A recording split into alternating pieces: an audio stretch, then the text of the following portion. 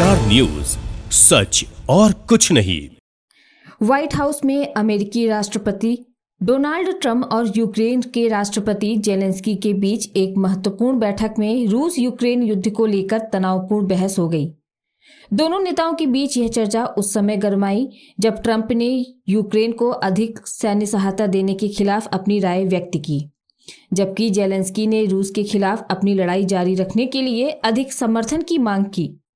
सूत्रों के मुताबिक ट्रंप ने युद्ध के जारी रहने को यूक्रेन और रूस दोनों के लिए नुकसानदायक बताया और ये भी कहा कि वो इस युद्ध को जल्दी समाप्त करने के लिए सक्रिय कदम उठाएंगे, जबकि जेलेंस्की ने अपनी स्थिति को स्पष्ट करते हुए कहा कि रूस को हर हाल में पराजित करना आवश्यक है। During a lot of years, I'm not speaking about just Biden, but those time was Obama, then President Obama, then President Trump, then President Biden, now the President Trump, and God bless, now President Trump will stop him. But during 2014, nobody stopped him. He just occupied and took. He killed people. You know what the contact 2015. 2014. 2014 and 2014. 2014. Yeah. So I was not here. Yeah, but that's exactly right. Yes, but during 2014 till 2022, the situation the same. The people are been dying on the contact line. Nobody stopped him. You know that we had conversations with him, a lot of conversation, my bilateral conversation, and we signed with him, me, like a new president. In 2019, I signed with him the deal. I signed with him, Macron and Merkel, we signed ceasefire. Ceasefire. All of them told me that he will never go. We signed him with gas contract. Yes, but after that, he broken this ceasefire. He killed our people and he didn't exchange prisoners. We signed the exchange of prisoners, but he didn't do it. What kind of diplomacy, JD, you are speaking about? What do you mean? I'm talking about the kind of diplomacy that's going to end the destruction of your country. Yes, but if you Mr. President, with respect, I think it's disrespectful for you to come into the Oval Office and try to litigate this in front of the American media. Right now, you guys are going around and forcing conscripts to the front lines because you have manpower problems. You should be thanking the President for trying to bring an end to this conflict. Have you ever been to Ukraine that you say what problems we have? I have been to. Come once. I've actually watched and seen the stories, and I know what happens is you bring them on a propaganda tour, Mr. President. Do you disagree that you've had problems bringing people into your military? And do you think that it's respectful to come to the Oval Office of the United States of America and attack the administration that is trying to prevent the destruction of your country? A lot of questions. Let's start from the beginning. Sure. First of all, during the war, everybody has problems, even you, but you have nice ocean and don't feel now, but you will feel it in the future. God bless. You don't know that. God bless. God bless. You will not have a war. Don't tell us what we're going to feel. We're trying to solve a problem. Don't tell us what we're going to feel. I'm not telling you. Because you're in no position to dictate that. That's Remember exactly this. You're in no position to dictate what we're going to feel. We're going to feel very good. You will feel influence. We're going to feel very good and very strong. You will feel influence. You're right now not in a very good position. You've allowed yourself to be in a very bad position, and he happens to be right about it. From the very beginning of the war. You're not in a good position. You don't have the cards right now. With us, you start having cards. Playing cards. Right now, you don't. You're playing cards. Mr. President. You're playing cards. Serious. You're gambling with the lives of millions of people. You're gambling with World War III. You're gambling with World War III.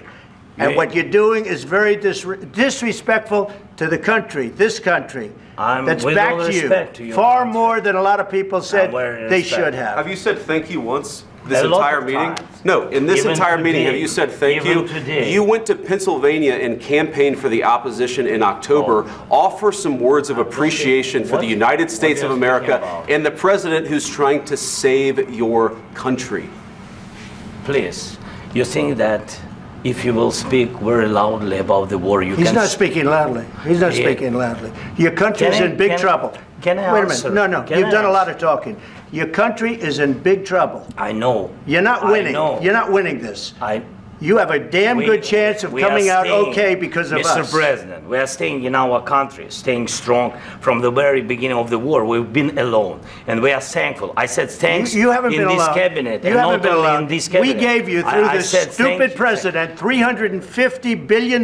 You voted we gave for you your military president. equipment, You and your voted men for are your brave, president. but they had to use our military. Yes. What about if you didn't have You our invited military me- equipment, You invited if me you to didn't speak. have our military equipment, this war would have been over in 2 weeks. In 3 days, I heard it from Putin. In 3 days, this is something Maybe new. less. In 2 weeks, of course, yes. It's going to be a very hard thing to do business like this. Again, I tell you. just say thank you. I said a lot of times that there, thank you accept to that, American people. accept that there are disagreements, and let's go litigate those disagreements rather than trying to fight it out in the American media when you're wrong.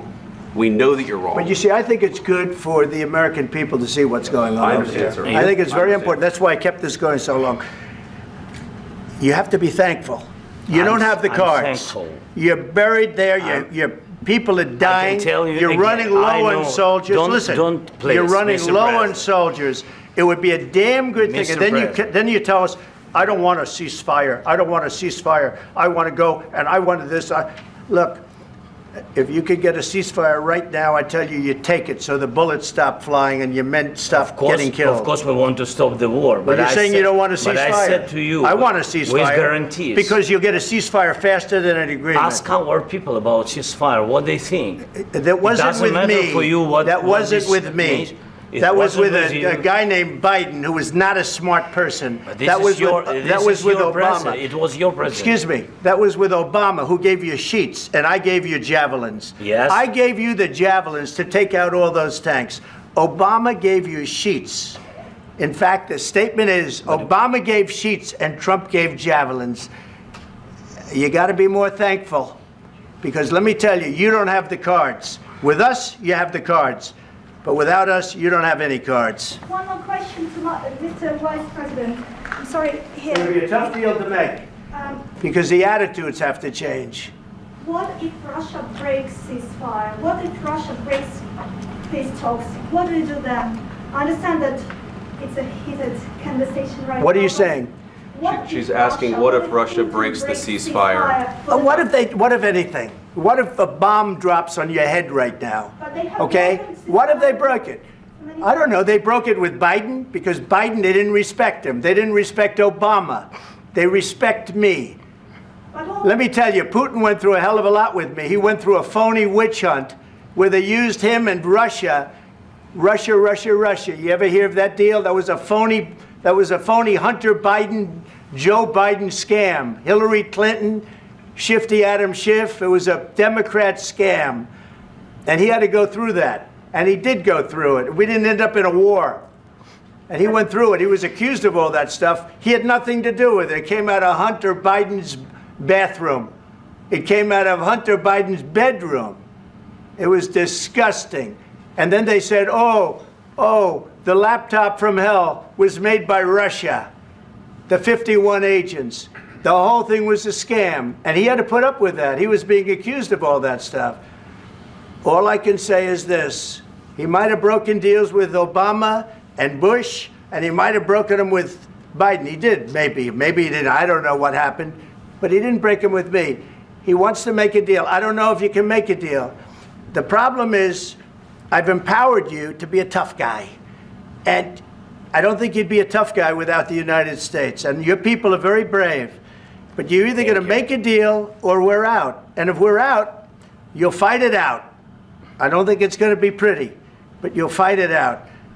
But you don't have the cards. But once we sign that deal, you're in a much better position. But you're not acting at all thankful. And that's not a nice thing. I'll be honest, that's not a nice thing. All right, I think we've seen enough. What do you think? Huh? This is going to be great television, I will say that. All right. इस विवाद ने white house में माहौल को तनावपूर्ण बना दिया। दोनों नेताओं के बीच तीखी नोकझोंक के बाद मुलाकात समाप्त हो गई, जिससे सवाल ये उठता है कि क्या अमेरिका और यूक्रेन के बीच भविष्य में इस मुद्दे पर सहमति बन पाएगी। व्हाइट हाउस से ब्यूरो रिपोर्ट, संस्कार न्यूज।